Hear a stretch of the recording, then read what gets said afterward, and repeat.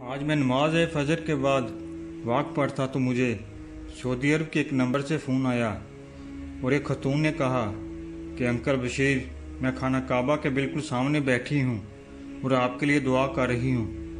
मैंने खुशी से कहा, बेटा शुक्रिया, मगर आप हो कौन?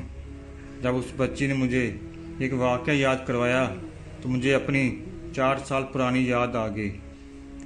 ये उन दिनों की बात है जब रिटायरमेंट के बाद मैं डीजी के कहने पर मैं हर मंगल को यह काम करने अवामी मरकज़ UOBI के ऑफिस जाता था।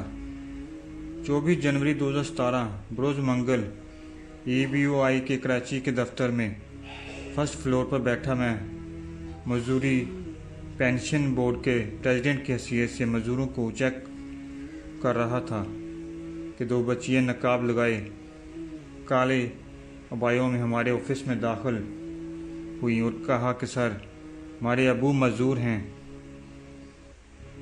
आप इनकी मजदूरी पेंशन की मंजूरी दे दें। मैंने कहा कि अबू को अंदर लाइए तो दोनों इंतहाई मगूम लहजे में कहने लगी कि वो तो मुकम्मल मजदूर हैं और नीचे इम्तियाज़ स्टोर के सामने सड़क पर रक्शे में पड़े हैं, प्लीज़ आप उनको वहाँ ही देख लें, हम उठाकर ऊपर नहीं ला सकते। मैं चुपचाप उठा और उनके साथ बाहर चल पड़ा। रक्शे में इंसान के रूप में हड्डियों का एक ढांचा रख दिया जो सुनने, बोलने या हिलने से भी आरी था। मैं अल्लाह से तौबा करता हुआ वापस आ गया। मैंने सीढ़ियाँ चढ़ते हुए सोचा कि मजदूरी पेंशन तो हो ही जाएगी, मगर खुद भी इनकी कुछ मदद करूँगा। मैंने उसकी मजदूरी पेंशन करके किताबचा पर दस्तखत कर दिए और मुट्ठी में लिए कुछ रकम बड़ी बच्ची को पेश की। वो बच्ची तरफ का 2 कदम पीछे हट गई और कहने लगी, सर ऐसा ना करें, बस आपने हमारे अबू का हक इनको दे दिया, हमारे लिए यही काफ़ी है।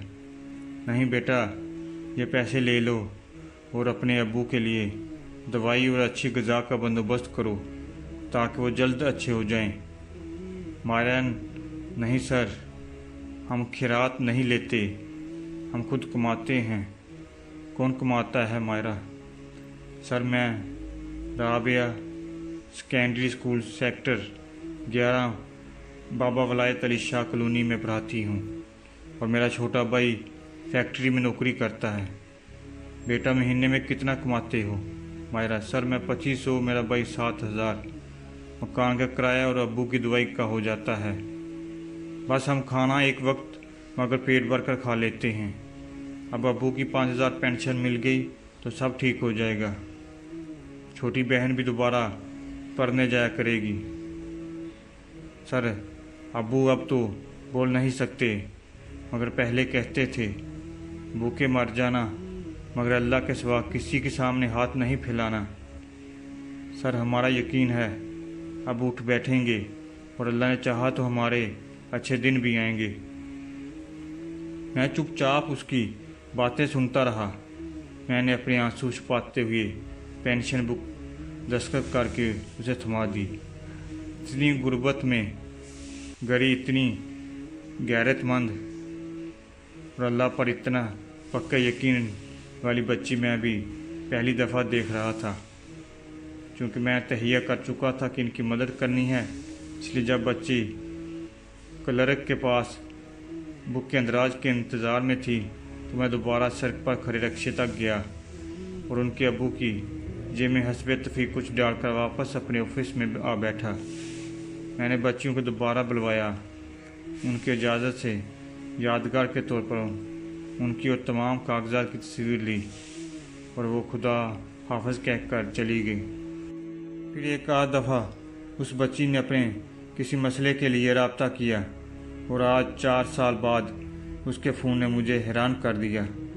उसने बताया कि अब उसी साल फौत हो गए थे। 2 साल पहले किसी की तवस्सुत से सऊदी अरब में काम करते एक पाकिस्तानी से उसकी शादी हो गई तो उसके मियाँ ने उसके भाई को भी वीज़ा दिलवाकर जद्दा बुलवा लिया। उसकी माँ और बहन भी उम्रा कर चुकी हैं। कहने लगी, बशीर अंकल, अल्लाह ने हमारे दिन फेर दिए, अबू की बातें सच हो गईं। अल्लाह के यहाँ देर है अंधेर नहीं, क्योंकि आपने हमारे अब्बू के साथ بہت اچھا سلوک کیا تھا، اس لیے آپ ہمیشہ میری دعاؤں میں ہوتے ہیں۔ آپ کی میرے ابو کی جیب میں ڈالی وہ رقم آپ بھی ہم پر قرض ہے۔ میں اس سال رمضان کے بعد بہن کی شادی کرنے پاکستان آؤں گی، بتائیے آپ کے لیے کیا لاؤں؟ سوچا کیا مانگوں؟ میں نے کہا بیٹا، اللہ کے گھر میں بیٹھی ہو، ہمارے لیے بس یہ دعا کر دو کہ آپ جیسی بیٹی پاکستان کے ہر گھر میں پیدا کر دے۔ ہمیں آپ جیسی بیٹیوں کی کمی اب بہت محسوس ہوتی ہے۔